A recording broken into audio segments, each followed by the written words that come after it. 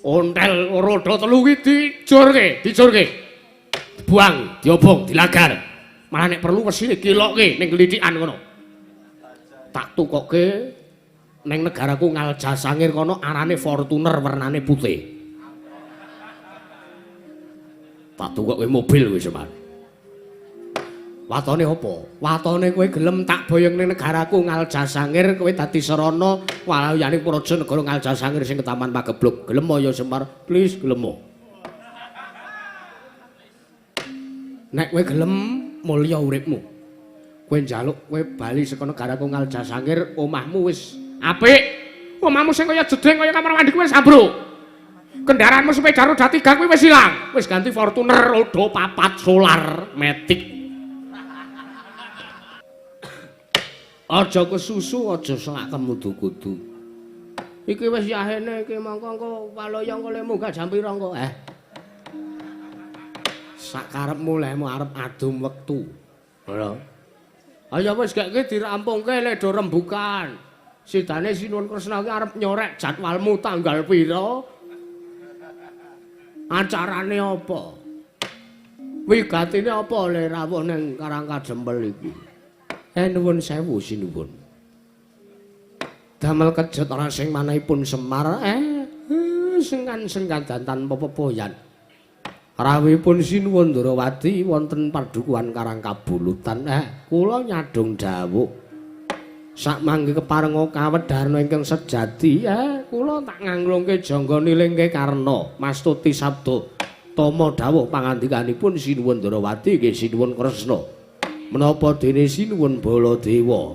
Sinuwun saged pangestu wayahu Bathara Jagal Kakang Kemok Semar sing gedhe pangapuramu Kakang. Iki. Malah bingung raos kula. Aja kadhati kajeron manumpa Kakang.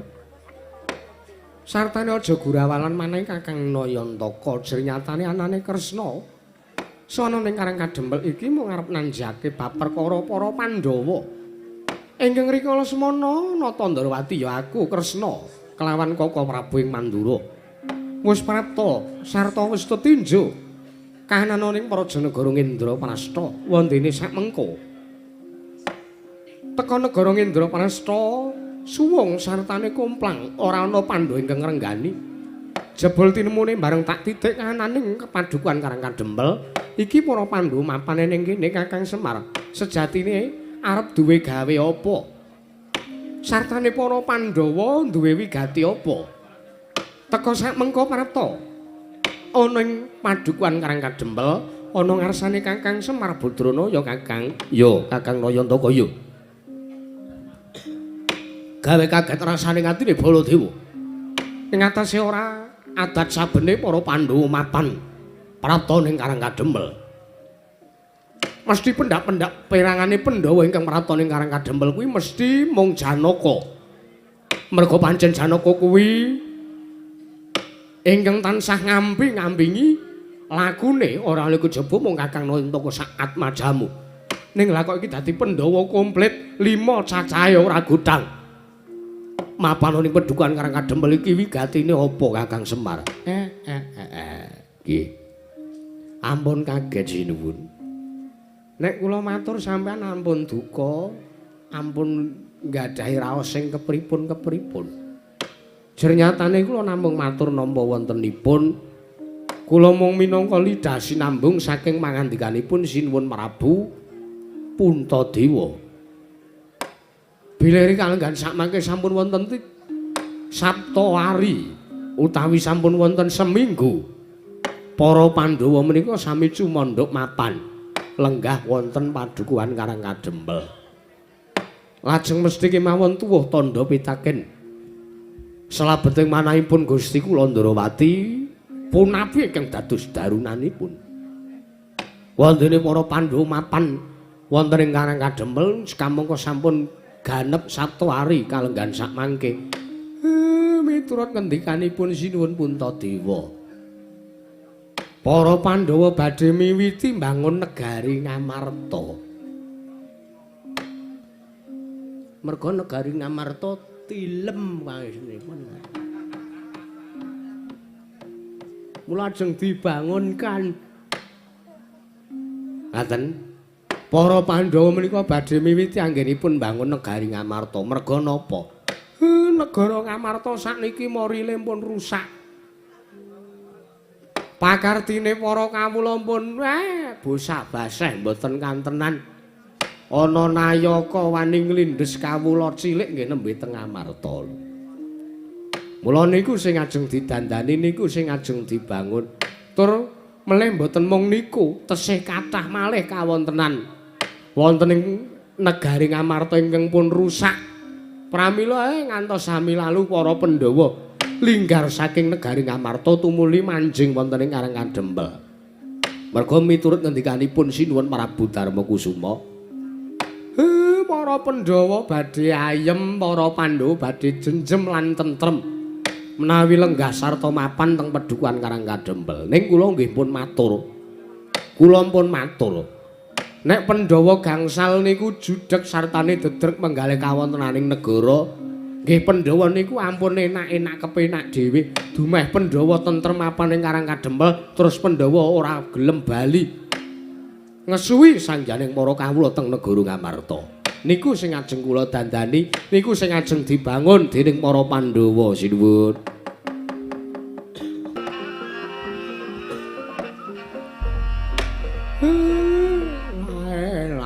Gegek ugek sadolita mel.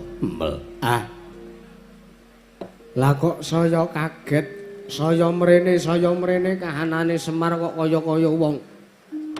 Aku ki kaya-kaya wong di derajat, kaya-kaya agi wong ketrima uripku. Wis rawuh iki para Pandhawa komplit. Malah disusul Sinuwun Ndrawati karo Sinuwun Baladewa. Beh. Lah kok iki ana Nalendra sing rawuh mongko tak sawang saka busanane katon lemompyor. Iki anteng-anteng ngiwonengen kok udakara abote 5 kilo.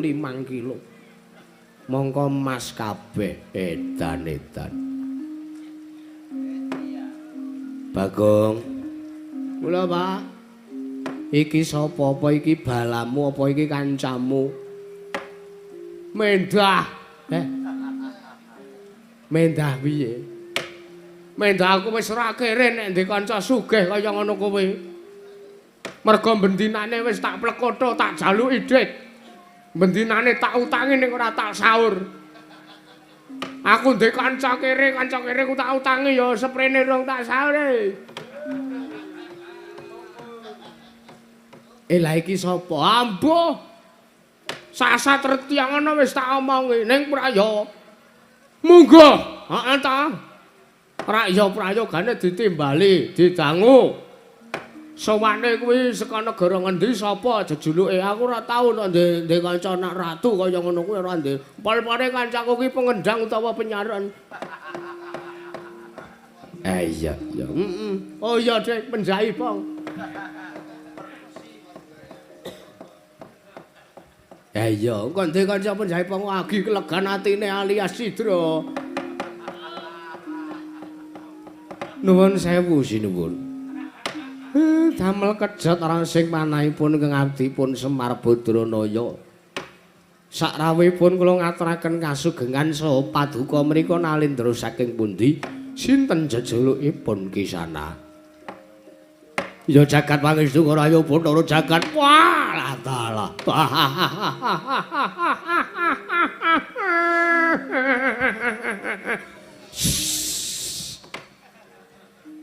Yo Semar yo. Edan. Sadurunge aku nampa sing dadi pangandikamu ya Semar. Sadurunge aku arep ngaturake apa sing gumarama sik sajroning atiku, apa sing dadi legetaning karepku. Nggih. Aku ki wis krungu jenengmu. Lan kowe dhewe ya ngakoni kowe Semar. Kondange ngakeh wis do nyebutake yen to Semar kuwi dudu kok menungsa lumrah. Semar kuwi dudu kok mung titah sawantah, nanging titising Sang Hyang Bathara Ismaya. Aku krungu rembug sing kaya ngono kuwi sajroning atiku gumanama sik duweni tandha pitakon Semar. Tak kira nek sing jenenge Semar ki wong wis sugih mlegedhu brewu. Wonge gagah pideksa, tak kira nek rupane bagus. Tak kira nek bondone tumpuk mantumpa-tumpa. Lah kok jebul.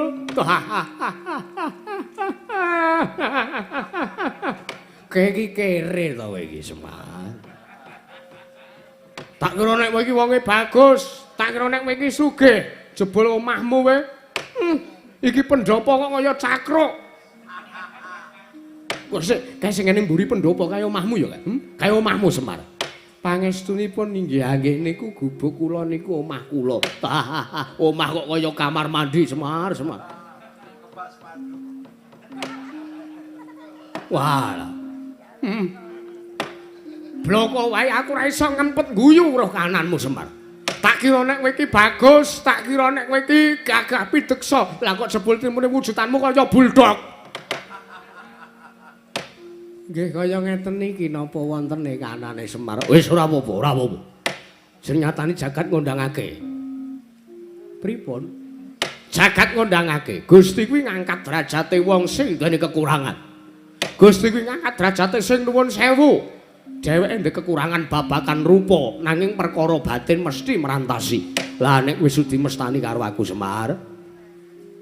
Slamet sowanku sadurunge ping pindhone. Kowe takon karo aku ya iki Nalendra saka negara Ngaljasangir. Nalendra saking negari Ngaljasangir. Yo. Sejulukku Prabu Jajar Blandang Semar. Prabu Jajar Blandang. Bagong. Apa, Pak? Kowe wis tau krungu jeneng negara Ngaljasangir. Kulane Arab Saudi. Ngendi kuwi? Arab Saudi nah. Ngaljasangir. Wah, gleleng iki kayake gleleng iki. Sinuwun Prabu Jajar Blandang. Oh. Kusik Semar. Kowe iki meng kawula cilik to. Kowe meng kawula cilik lah kok kuwi aku ora pangling sing lunggah nang mburimu kuwi Prabu Puntadewa. Biasa sinuwun Puntadewa rawuh niki niku.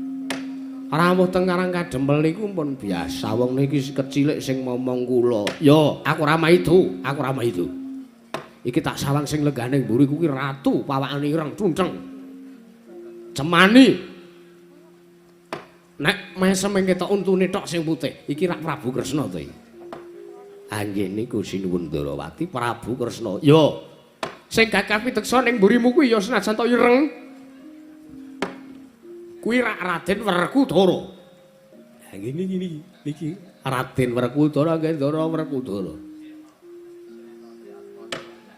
Niki Atmaja kaping 3 saking Prabu Pandhu. Nek sing nomor 2 sinuwun Puntadewa, sing nomor 3 niki. Niki katelah asmanipun Sena Tri Atmaja nggih Raden Werkudara ngoten. Ora percaya aku ora ngandel. Kok mboten pitados? Raden Werkudara kok garwane 3. Monggo ora jungguh karo kasunyatane. Nggih pun mboten napa-napa. Ya Semar sing ngene Semar, anane aku sowan ngersamu ning Karang Kadempel timbane rembugku mengko gladrah. Nggih.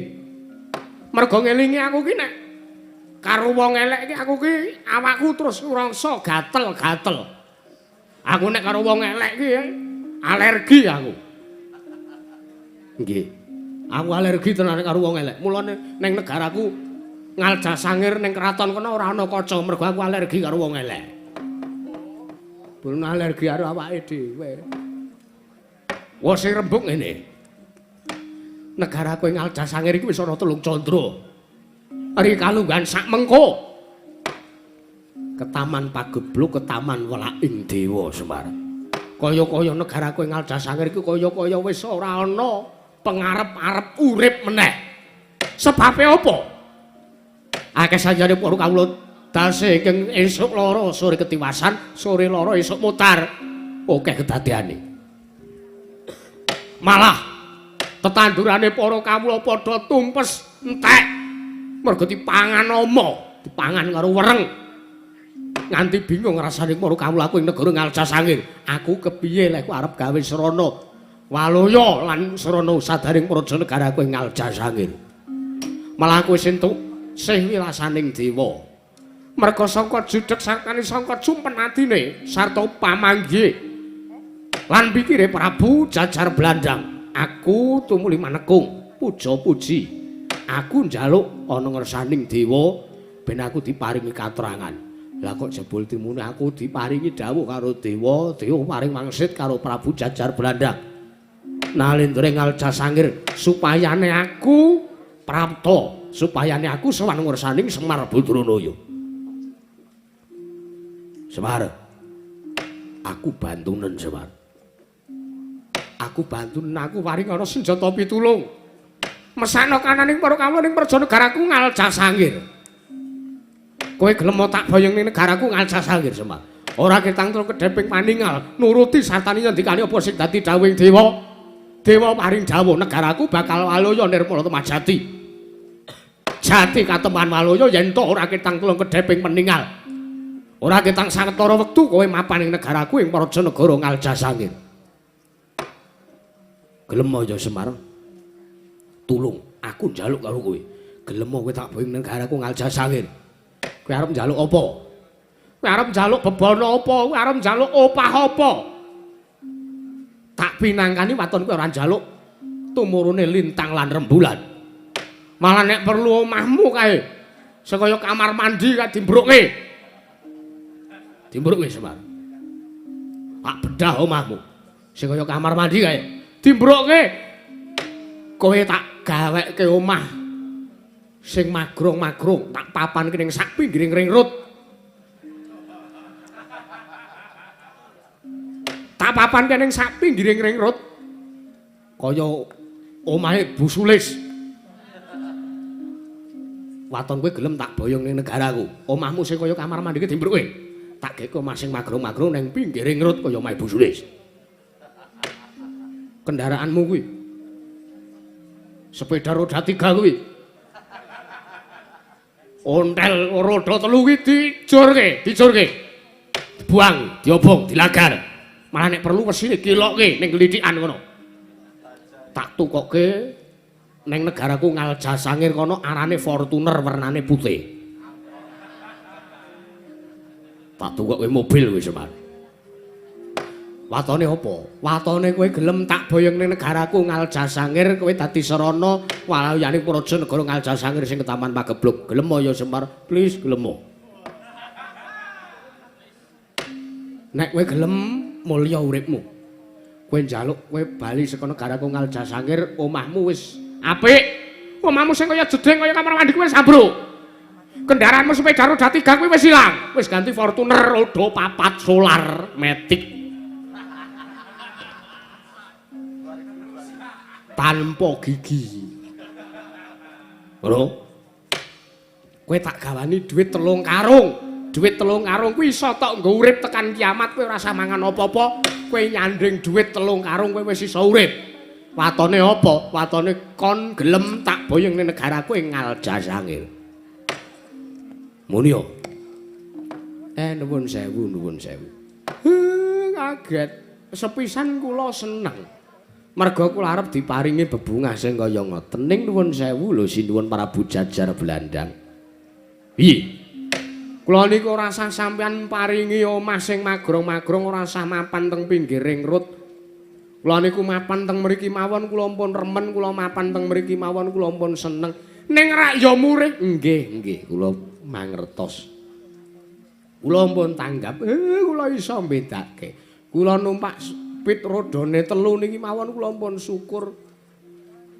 Matane bendinane ben esuk iso kula nggo ngeterke rabok teng sawah.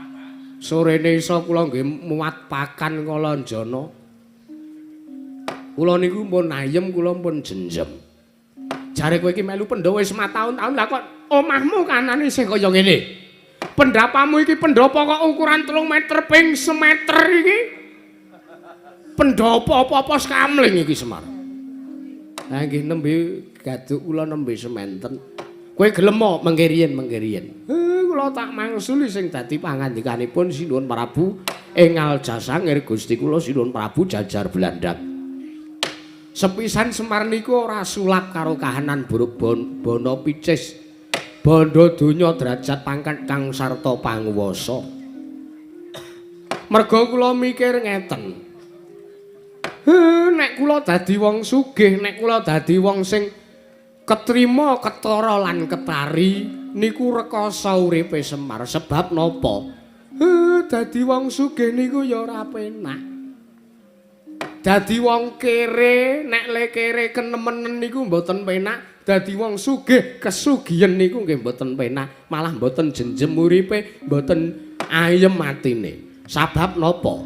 Mboten iso nemokke rasa sing keduga iso gawe tentrem, ora iso nemokke rasa sing keduga gawe jenjem. Merga nuwun sewu, kula iso ngrasake dadi wong sugih, wong kula niki mantan dewa. Ngaten. Elek-elek ngeten kula tau dadi dewa. Teng kahyangan niku urip anane mung tentrem terus. Teng kahyangan niku anane urip mung diuja kesenengan terus. Wong nek kesugihan le kamangka sugih niku nemen. Kamangka sugih ora iso kelong, kamangka sugih ora iso entek. Wong niku suwe-suwe nggih jeleh, wong niku suwe-suwe nggih bosen. Suwe-suwe nggih nglangut. Ngaten. Merga ngrumangsani lan ngrasake uripe kok ora ana suwijining perkara, uripe ora ana sandungan apa-apa, uripe kok ajeg kepenak. Kula malah wedi nek ngoten niku carane. Kula niku gelem lan kula nampa matur nuwun nek sampean arep maringi Semar bebungah. Wujud omah, kendaraan lan sak panunggalanipun. Ning ngemuti lelakon kula mriku mboten blereng kalian bondo donya. Kula mboten blereng kalian derajat pangkat bondo donya panguwasa, kula mboten blereng. Merga kula niku iso mbedakake lan kula iso ngrasake. Nek kula sugih kula bakal kepripun, nek kula melarat kula bakal kepripun. Mula saderenge matur nuwun nek sampean arep maringi bebono kaya ngoten niku wau, mboten kateges kula nampik mboten sah. Ya wis ora apa-apa. Ora apa-apa nek kowe ora gelem tak wenehke anakmu. Anakmu kuwi rak telu. Gareng Petruk karo Bagong. Nek kowe ora gelem nampa ben anak-anakmu wae. Oh, mangkat to mir gelem kok. Sik. Ngose aja kesusu, aja kemudu-kudu selarep. Aku selarep numpak apa mau Fortuner. Edan nek gleleng aku numpak Fortuner. Biasane mung numpak anu Kijang Rover biasanya aku tak nggo dolan ning Kebumen bempere kecer. Tak gendokke lehku ngegas kok gruk. Gareng apa kuwi, Gong? Wis ben. Ya perandene tak baleni ora apa-apa. Aku ya kesusu kowe gek kowe gelem diboyong, kowe wegah nampa opahe ora apa-apa men aku karo Gareng karo Petruk wae sing ngrasake. Engko sik Bagong kowe sik. Mengke riyen sinuwun Prabu Jajar Belanda.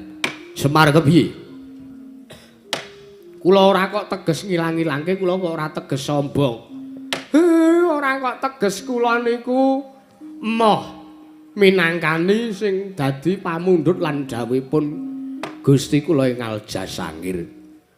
Ning kula ngelingi sakniki gawean kula nembe kathah, kula nembe repot. Lho. Kowe lagi duweni kerepotan apa, Semar? Mengke riyen niki lho. Sampeyan nak mesti tuwuh tandha pitakon salebete maneh sampeyan kena ngapa kok Pandhawa duting jeruntul rawuh mriki? Yo. Apa wigatine Pandhawa prapta ning Karang Kadempel? Niki niku arep njaluk biantune Semar. Para Pandhawa ajeng miwiti anggenipun bangun negari Ngamarta. Dadi niki kula ora iso ninggal sinuwun. Yo Semar ora dadi ngopo. Nek pancen kowe lagi duweni kerepotan kowe arep miwiti bangun negara Ngamarta tak enteni. Mergo tak kira Gandeng Pandhawa ki wong digdaya. Pandhawa ki satria sing pempengan. Ora nganti gantarane dina, ora nganti surup surya, mengko Pandhawa mesti wis rampung nggone bangun negara Ngamarta lan kowe kelakon sartane kowe wis longgar, kowe wis lodang. Teman kowe iso tak bing ning garepku Aljasangir. Mengke riyen sampean aja mutus sisik lho. Sampean aja mesthekke wektune riyen. Sebab napa? Wong arep mbangun negara niku ora gampang. Kula niki ya ngrasake kula niki duwe bojo, kula ngomong wong siji kemawon niku angele setengah modar. Kula ngemong wong siji niku ngadepi sikape sing ndak dina saya beda dina beda watak. Nganti kaya arep mbledhos mbun-bunane Semar. Napa meneh niki Nalendra Ngamarta sinuwun Puntadewa niki momong kawula sak jagat Ngamarta, momong kawula sak Prajanegara Ngendraprasta niku cacahe akeh ra ukur, cacahe akeh ra kira-kira. Lah rak ya saya ngrekoso ta sinuwun. Pramila nuwun sewu kula ora iso mesthekke mbuh rampunge Pandhawa niku lembangun Ngamarta mengke sonten pun rampung. Nek mengke sonten pun rampit kula tak sowan dhewe teng negara Ngaljasangir ora sah sampeyan nganti kula tak sowan dhewe. Umpama rampunge sesuk-esuk nggih sesuk-esuk kula tak sowan teng negarane sampeyan. Umpama rampung seminggu nggih seminggu. Saklajengipun kula tak sowan umpama rampung sesasi kula tak sowan umpama rampung setahun kula tak sowan teng negarane sampeyan. Paripangsa nek umpama mboten rampung merga ngelingi ana negara Ngamarta niku nembe dedreg sing gedhe pangapuranipun nggih sinuwun Prabu Jajar Blandang. Kula ora iso nuruti apa sing dadi ngendikanipun sinuwun Prabu ing Ngaljasangir sinuwun.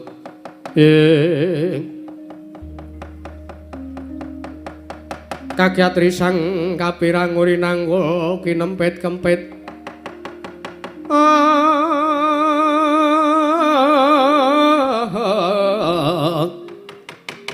dosang reptaning bawana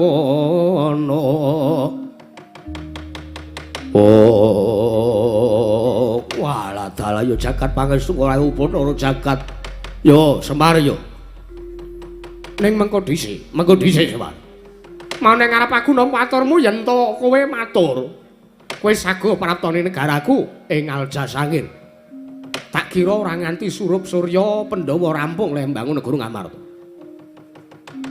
Tumuli kowe bakal sago sowaning negaraku Ngaljasangir ning bareng tak pitung iki mau tak rungok-rungokke tak gelar tak gulung tak glicah kanthi permati sing dadi aturmu. Kowe iki kok kaya dene wong tanpa beda ngandar-andar ngendukur. Kowe ming semaya aturmu betheke kowe wegah sowaning negaraku Ngaljasangir. Ya mung kowe nggunakake pawadan Pandhawa sing dadi pawadan lan Pandhawa sing dadi tamengmu. Ya ngono to piye? Ora ya ngono. Mengkeri yen kula niku ora kok ateges kula semaya, ora kok teges kula wegah. Diboyong teng negarane sampeyan. Kula gelem ning nggih niku wau. Waton sampeyan sabar, waton sampeyan sago ngentosi sak rampunge gegayuhane para Pandhawa. Ora iso Semar, ora iso. Semar, wonten dawuh. Anane aku prapta mrene dina iki merga butuhku karo Semar iki dina iki uga, ora kok sesuk, ora kok taun ngarep. Nek aku kuwi duweni gegayuhan. Aku ndek gegayuhan ku ya paripaksa aku kudu kelakon panjang aku dina iki uga. Ning kok jebul tinemune kowe mung kokean semaya ngandar-andar ngendukur ucapmu Semar. Tak pesthekke kowe mbalela, tak pesthekke kowe wegah. Nampa sing dadi dawuhe Prabu Jajar Belanda. Semar. Mau aku wis nembung karo kowe. Kowe wis tak tembung kowe wis arep tak boyong kanthi nggunakake srana alis. Nanging bareng tinemune kowe nggunakake pawadan para Pandhawa ingkang bakal miwiti mbangun negara Ngamarta. Aku arep nurudha paripeksa karo kowe Semar. Aku arep nurudha paripeksa karo kowe. Merga kowe mung kokean semaya, kowe kokean perdondi, kowe kokean migati, kokean gunung sing tanpa guna. Aku arep nurudha paripeksa karo kowe. Janji kowe ora gelem tak nurudha paripeksa, malah Karang Kadempel arep tak gawe Karang Abang. Karang Kadempel sing dadi desa kelangenanmu iki arep tak biyuki Batang Sayuta. Kawulane ora jur-jurke kabeh Semar. Jaja muntap lirike